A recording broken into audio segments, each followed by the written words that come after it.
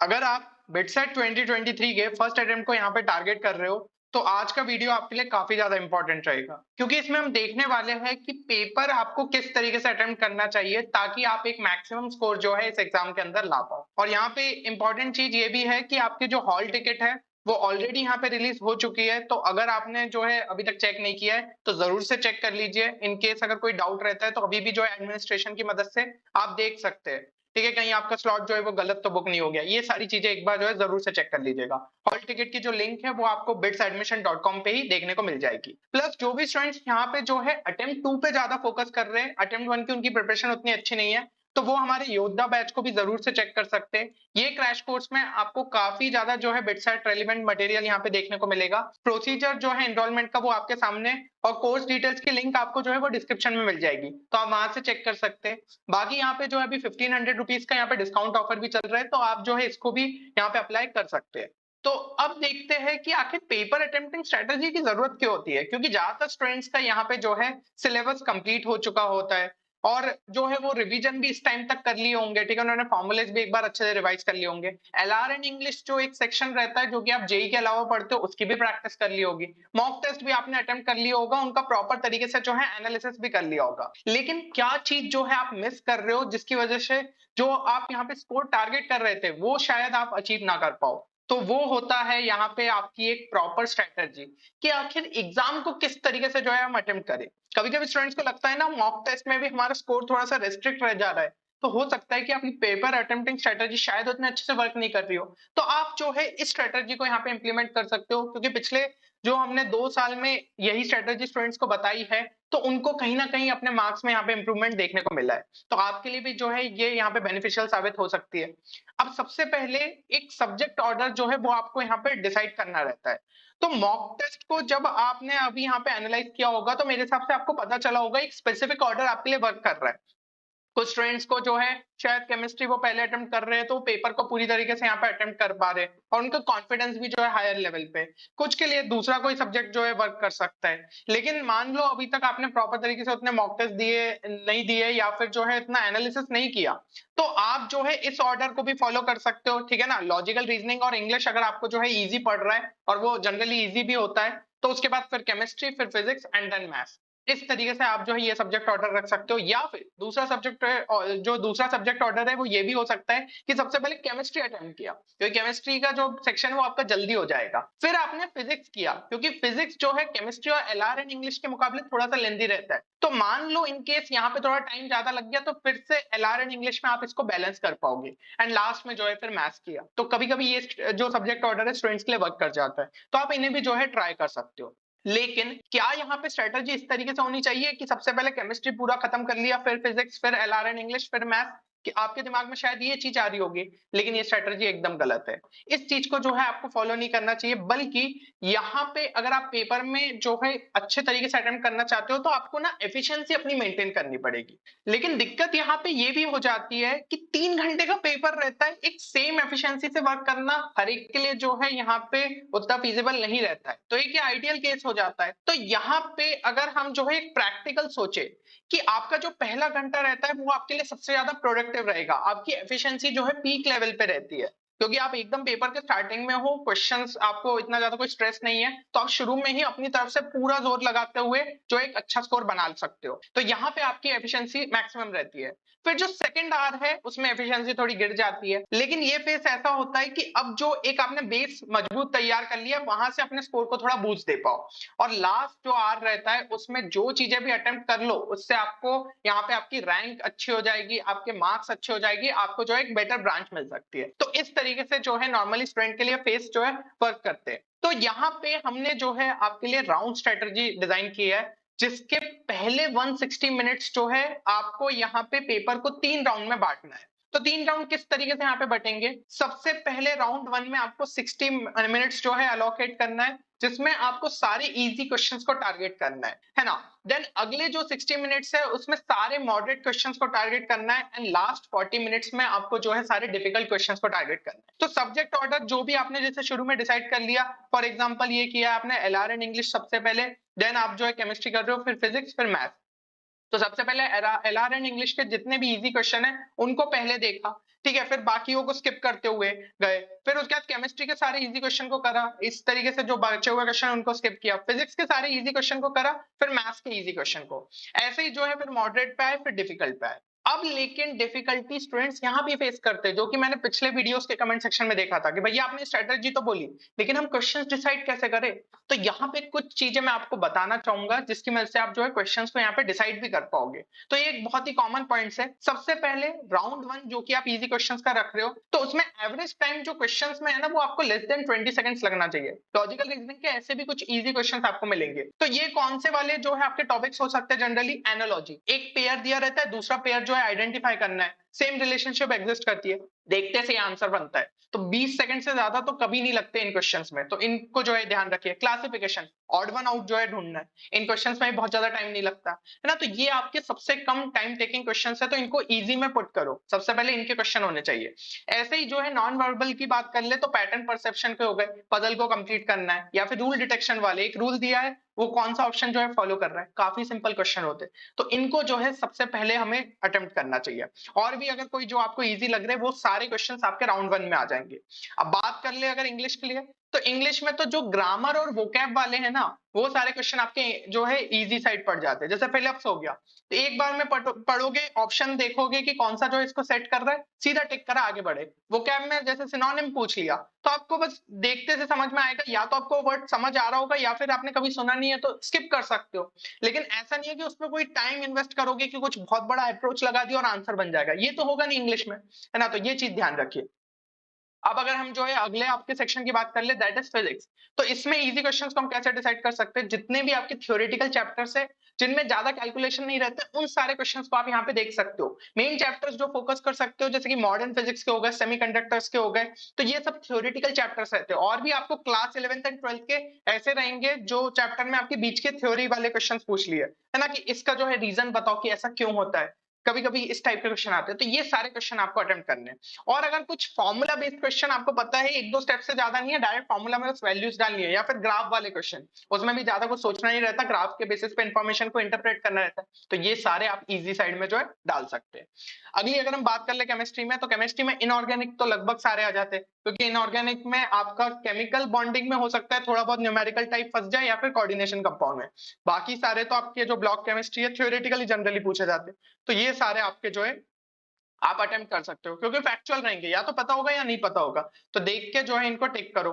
Theoretical questions अगर physical chemistry में कुछ आ गए तो वो भी कर सकते हैं। ऑर्गेनिक केमिस्ट्री में नेम रिएक्शन तो बहुत बड़ी जो है आपके यहाँ पे नहीं रहेगा, नेम रिएक्शन तो डायरेक्ट आपको समझ में आ जाएगा, पता है या फिर नहीं पता है। नॉमेनक्लेचर, आइसोमेरिज्म के भी छोटे क्वेश्चन रहते हैं। फंक्शनल ग्रुप टेस्ट से रिलेटेड पूछ लिया तो वो चीज। Biomolecules, polymers, chemistry in everyday life, theoretical chapters है, तो इनसे भी जो है अगर क्वेश्चन आ रहे तो सभी आपके जो है इजी के साइड में फंसते हैं। और केमिस्ट्री में ज्यादातर क्वेश्चन इजी मॉडरेट में ही फंसेंगे, डिफिकल्ट तक पहुंचते ही नहीं है। ठीक है, अब बात कर ले मैथ्स की, तो इजी चैप्टर्स इसमें जो है आप कौन से यहाँ पे ढूंढ सकते हो? सेट्स एंड रिलेशन ढूंढना, लीनियर प्रोग्रामिंग वाले जो हो गए वो भी क्वेश्चन सिंपल ही रहते हैं, मैथमेटिकल रीजनिंग, स्टैटिस्टिक्स, लिमिट्स के मॉडरेट लेवल के क्वेश्चन डलते हैं, तो वो जो है आपको बहुत ज्यादा टाइम टेकिंग नहीं होंगे।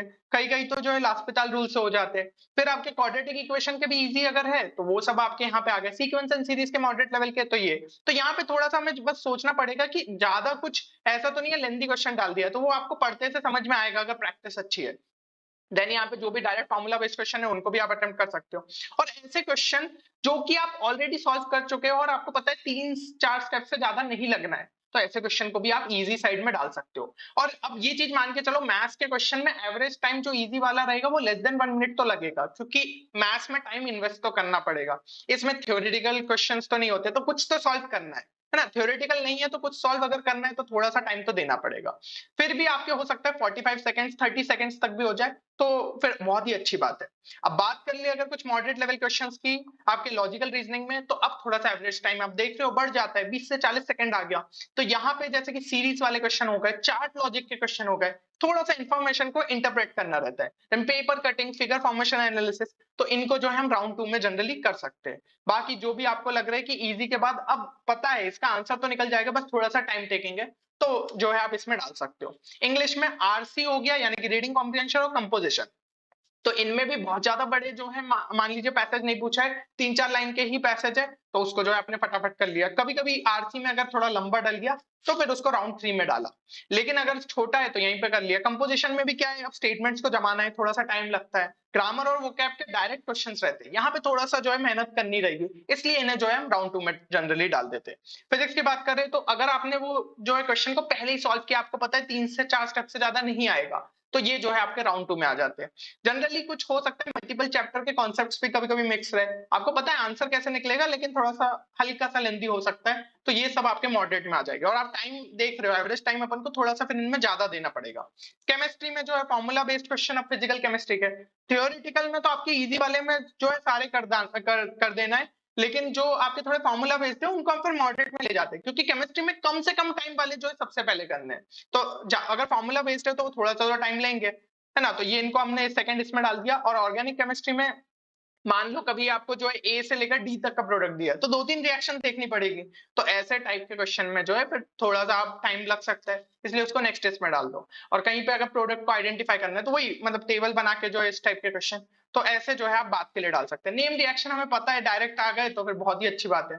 अब बात कर ले मैथ्स की, तो अगर आपको अप्रोच पता है लेकिन 3 से 4 स्टेप से ज्यादा ले लेगा, तो उस टाइप के क्वेश्चंस कर सकते हो। और जनरली हो सकता है 2 या उससे ज्यादा चैप्टर के कॉन्सेप्ट कभी-कभी मिक्स हो जाए किसी क्वेश्चन में, तो 2 मिनट तक हमें लग सकते हैं। तो ऐसे टाइप के क्वेश्चंस आप रेडी रहिए राउंड 2 के लिए। एंड राउंड 3 में लॉजिकल रीजनिंग में आप देख सकते हैं जो बचे हुए टॉपिक्स है, लॉजिकल डिडक्शन, टाइम टेकिंग हो जाते हैं, कंफ्यूजिंग भी रहते हैं, तो अच्छे से समझना पड़ता है। फिगर मैट्रिक्स के हो गए, उसमें कभी-कभी टाइम लग जाता है अपन को जो है इंटरप्रेट करने में। कभी इजी क्वेश्चन आ गया तो उनको इजी या मॉडरेट में डाल के सॉल्व कर लिया। और न्यू टाइप का क्वेश्चन आ गया जो कि आपको पता है ब्रोशर में नहीं दिया था, क्योंकि कभी-कभी होता है मिसलेनियस कैटेगरी में कुछ क्वेश्चंस डल जाते हैं। तो ऐसे टाइप के क्वेश्चन। इंग्लिश में आरसी और कंपोजिशन अगर लंबे आ गए, नहीं तो फिर मॉडरेट में ही खत्म हो जाएंगे। फिजिक्स में अगर बात करें तो कंप्लीटली न्यू क्वेश्चन या फिर लेंथी अप्रोच इन्वॉल्व है, वो राउंड 3 में डाल दिया। केमिस्ट्री में बहुत ही कम क्वेश्चन इस कैटेगरी में लाए करेंगे, या तो कोई बहुत ही नया क्वेश्चन हो गया या थोड़ा ट्रिकी हो गया, तो उस टाइप के क्वेश्चन। मैथ्स में अगर बात कर ले तो कुछ ऐसे टॉपिक्स होते हैं ना जो जनरली थोड़ा टाइम टेकिंग हो जाते हैं, जैसे कि कोनिक सेक्शन, पता है थोड़ा टाइम टेकिंग हो जाते हैं। कॉम्प्लेक्स नंबर, मैट्रिसेस वाले क्वेश्चन, इंटीग्रल्स के हो गए, एओडी के हो गए, तो ऐसे टाइप के चैप्टर्स भला ही हाई वेटेज है, लेकिन अपन थोड़े राउंड 3 तक या राउंड 2 तक रखते हैं। करना है हमें अटेम्प्ट, देंगे हम उनके लिए टाइम, लेकिन लास्ट में ना जो इजी स्कोरिंग वाला है उससे पहले मार्क्स निकाल लो। कॉन्फिडेंस बहुत अच्छा बिल्ड हो गया तो पता चला इनके भी क्वेश्चन निपटा दोगे, तो ये चीज ध्यान रखिए। अब ये कैसे चेक करें कि कौन सा क्वेश्चन किस कैटेगरी में लाइक कर रहा है, मतलब आपने ये देख लिया कि हाँ ये टाइप का पूछा जा सकता है, लेकिन कुछ तो इनिशियल टाइम इन्वेस्ट करना पड़ेगा ना, ताकि हम उसे राउंड 1, राउंड 2, राउंड 3 में, तो इसके लिए ना स्किमिंग टेक्निक रहती है। बहुत ही आपको मतलब क्या है, 5 से 10 सेकंड हर क्वेश्चन में थोड़ा थोड़ा इन्वेस्ट करते जाओ, आपको समझ में आएगा क्या ये पहली स्टेप में बन रहा है। स्पीड रीडिंग करो क्वेश्चन को, पहले ही स्टेप में जो है आपको इंफॉर्मेशन गैदर कर लेनी है, कौन से चैप्टर का है, क्या इसके पीछे जो है फॉर्मूला लग सकता है, क्या टॉपिक हो सकता है, आता कितना है, नहीं आता है, उसके बेसिस पे 10 सेकंड से ज्यादा टाइम मत लो और उसको फिर स्किप कर सकते हो। और जैसे ही अगर बन रहा है तो वहीं के वहीं करो। ये भी मत करना कि इनिशियली कुछ टाइम हमने इन्वेस्ट कर दिया, 15 से 20 मिनट लगा दिया और सबको राउंड 1, राउंड 2, राउंड 3 में, वो भी स्ट्रेटजी सही नहीं है। तो जैसे क्वेश्चन देखा उसका समझ में आ रहा है उस हिसाब से स्किप करो या फिर सॉल्व करो। और डायग्राम बेस्ड क्वेश्चन से तो और इजीली हमें समझ में आता है, ग्राफ वाला क्वेश्चन है, अच्छा इस तरीके से हो ही जाएगा। या फिर किसी में डायग्राम दे दिया एनएलएम में, तो आधी इंफॉर्मेशन दिमाग में आ जाती है, अच्छा पुली वाला क्वेश्चन है, 2-3 इक्वेशन लिखेंगे आंसर आ जाएगा, तो इस तरीके से। और अब तो बात कर ली अपन ने 160 मिनट की, लास्ट के जो 20 मिनट है उसमें क्या करना है, तो उसमें सिंपल स्ट्रेटेजी है, अटैक करो। बचे हुए जितने क्वेश्चन है एकदम सीरियल ऑर्डर से स्टार्ट हो जाओ, जो जो क्वेश्चन बचे उन पर अटैक कर लो। अब अटैक करके क्या करना है, तो यहाँ पे जितने अनअटेम्प्टेड क्वेश्चन है उनमें आपको ये सोचना है कि क्या अभी भी कुछ अप्रोच आपके दिमाग में आ रहा है। हो सकता है थोड़ा स्मार्ट टेक्निक यूज करना, अपन ने जो है यहाँ पे स्पीड बूस्टर सीरीज जो आपके लिए लेके आए हैं उसमें वैसे ही वो चीजें डिस्कस कर रहे हैं, तो ऐसा कुछ सब्स्टिट्यूशन लग सकता है, क्या ऑप्शन एलिमिनेशन लग सकता है, ग्राफिकल अप्रोच लग सकता है, कि ये सारी चीजों के बारे में सोचना। हो सकता है उस टाइम पे ही सोच लो तो और बढ़िया है, ठीक है ना, इजी में ही अपन जो है उनको निपटा डालेंगे। नहीं सोच पाए तो आखिरी में शायद दिमाग चलने लगे, तो ये चीज का ध्यान रखिए। तो इन 20 मिनट जो है ये आपको हेल्प करेंगे आपके मार्क्स को बूस्ट करने के लिए, और एक अच्छे नंबर ला सकते हो। पर यहाँ पे ज्यादा क्वेश्चन अगर नहीं मिले तो फिर बोनस वाले साइड में सोच सकते हो, डिपेंडिंग कि आपके क्वेश्चन कितने रह गए। ठीक है, तो बोनस से रिलेटेड भी जो है हम यहाँ पे कुछ चीजें डिस्कस कर लेते हैं, कि अगर आपके पास 7-8 मिनट जो है रह गए और अगर आपने 115 से ज्यादा क्वेश्चन कर लिए, तो एक चांस आप ले सकते हो कि आप बोनस क्वेश्चंस के लिए जाओ। और एक ग्राफ अगर यहाँ पे जो है मैं पहले भी आपको दिखा चुका हूं कि क्या श्योरिटी है कि जिससे आप बोनस कर सकते हैं? तो अगर 115 पे हो तो थोड़ा 20% के आसपास रहता है कि आपको 20% चांसेस लेना चाहिए कि बोनस के लिए जाओ। लेकिन अगर मान लो जो है इसी तरीके से 125 पे चले गए तो ये परसेंटेज अपने आप बढ़ता जाएगा और 130 पे तो ऑब्वियसली 100% जाना ही है। तो इस हिसाब से आपका जो है ग्राफ एक बन जाता है। तो यहाँ पे मेरी यही सलाह रहेगी 115 पे थोड़ा-सा दिमाग लगाना कि क्या मैं इतने मार्क्स जो है सिक्योर कर चुका हूँ कि मुझे एक एलीट ब्रांच वैसे भी मिल जाएगी, तो क्यों रिस्क लेना? है ना? इस तरीके से सोचो कि आपकी एक्यूरेसी कितनी थी और अगर आपको लग रहा है नहीं, थोड़े बहुत नंबर इधर-उधर हुए भी एक्यूरेसी की वजह से, तो बोनस से शायद मुझे +4 +5 भी अगर हो गए, जो आपने यहाँ पे तुक्के लगाए उनको काट के भी, तो बहुत ही बढ़िया है, ठीक है? फिर उस हिसाब से चले जाओ। और यहाँ पे मेरे हिसाब से सारी चीजें क्लियर हो गई होगी कि किस तरीके से अब आपको पेपर अटेम्प्ट करना है। तो एक बार अपना टारगेट स्कोर जो है वो जरूर से मेंशन करिए बिटसेट 2023 के फर्स्ट अटेम्प्ट के लिए कमेंट सेक्शन में। ये चीज आपको जो है मोटिवेट करेगी कि हाँ, इतना टारगेट स्कोर जो है लाना है। अब मेरे हिसाब से आपने मॉक टेस्ट दे दिए होंगे, आप खुद को जानते हो कि आप किस पोजीशन पे स्टैंड करते हो। तो अनरियलिस्टिक गोल मत लेके चलो, जो कर सकते हो उस चीज को मेंशन करो और डेफिनेटली अचीव करना। नहीं कर पाए तो देखिए सेकंड अटेम्प्ट भी है आपके पास, लेकिन फर्स्ट अटेम्प्ट में ही अगर जान लगा दोगे तो फिर फुल फ्रीडम रहेगा आपके पास कि हाँ, सेकंड अटेम्प्ट के लिए आपने जो है बस आप मस्ती में भी पेपर दे के आए ना, शायद उससे बेहतर कर लो, प्रेशर हट जाएगा दिमाग पे। तो ये चीज हमने जो है पिछले साल भी नोटिस की थी, अगर स्टूडेंट के फर्स्ट अटेम्प्ट में अच्छा है तो जनरली वो सेकंड अटेम्प्ट में और बेहतर कर लेते। तो आप भी ये चीज कर सकते हो, ट्राई करो कि और जो है मतलब लास्ट के दिन बचे अच्छे तरीके से कुछ चीजें रिवाइज कर लो, मॉक टेस्ट प्रॉपर तरीके से दे दो और एक अच्छा स्कोर ले आओ। चलिए, तो उम्मीद करता हूँ इस वीडियो से आपको हेल्प मिली होगी। मिलते हैं अगले वीडियो में, तब तक के लिए take care and good bye.